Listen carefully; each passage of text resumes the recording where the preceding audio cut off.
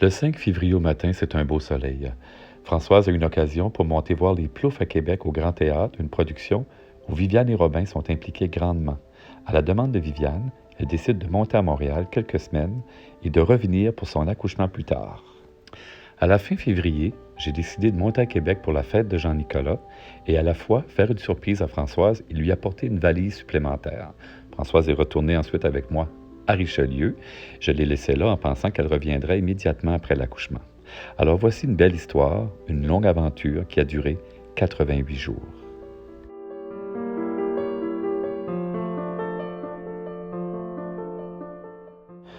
C'est lors de mon séjour à Richelieu et à Québec qu'on commence à s'apercevoir dans les médias que nous sommes à l'aube d'une pandémie mondiale.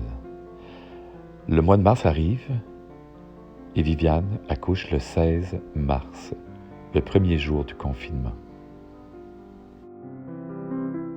Nous devenons alors les grands-parents d'un 4e petit enfant.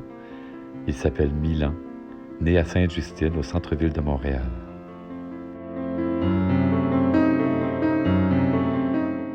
Eh bien, de mon côté, il a fallu réorganiser mon travail.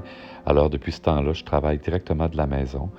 Heureusement qu'on a pu avoir des moments de partage, de Skype avec les enfants pour se saluer régulièrement, pour se parler avec Françoise et les petits. Et là, le printemps est arrivé. L'hiver est comme passé. Et la pandémie est toujours là. Et il a fallu se raisonner, aller marcher, faire le vide, puis se ressaisir. Même si l'angoisse se montrait souvent le bout du nez. Mais j'ai aussi beaucoup chanté. Alors, quelques mois plus tard, nous voilà le 1er mai. C'est le matin du départ pour aller chercher Françoise à mi-chemin sur l'autoroute 20, à Saint-Roch-des-Aunais, avec Viviane qui venait porter Françoise. Et enfin, je pourrais voir mon petit Milan. Alors, me voilà rendu à Saint-Roch-des-Aunais. Je pensais que Viviane et Françoise seraient ici, mais je ne les vois pas. C'était notre point de rencontre. Ah, on arrive en même temps. C'est assez incroyable.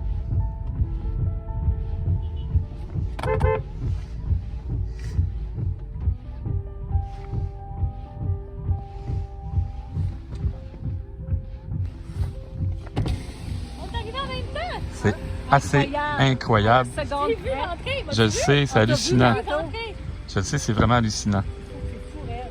Il est 11h15, on a 2 minutes d'avance.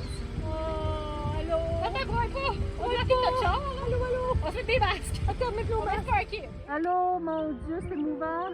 On est arrivés en même temps, c'est incroyable. Tiens. C'est bizarre. Tout ça est vraiment bizarre. Tout ça est bizarre, tout ça aussi est à la fois irréel.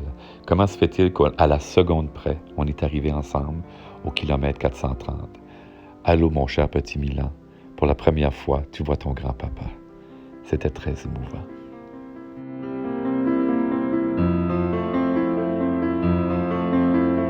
Là, ça va à Gaspésie, tous les grands-papas.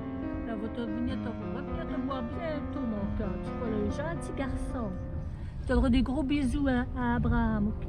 Regarde. Salut, mon bébé d'amour. Coco, c'est son premier voyage. Premier voyage. En conclusion, le 20 mai 2020 restera jamais gravé à notre mémoire et Françoise revient, la tête pleine de beaux souvenirs. À chaque fois que nous passerons sur l'autoroute 20, à la hauteur du kilomètre 430, on se tournera la tête et on aura de beaux souvenirs d'un grand moment de synchronicité à jamais. Alors bon retour à la maison, Françoise. On va tous se retrouver bientôt, comme la plupart des grands-parents du Québec, qui vont retrouver leurs enfants et leurs petits-enfants.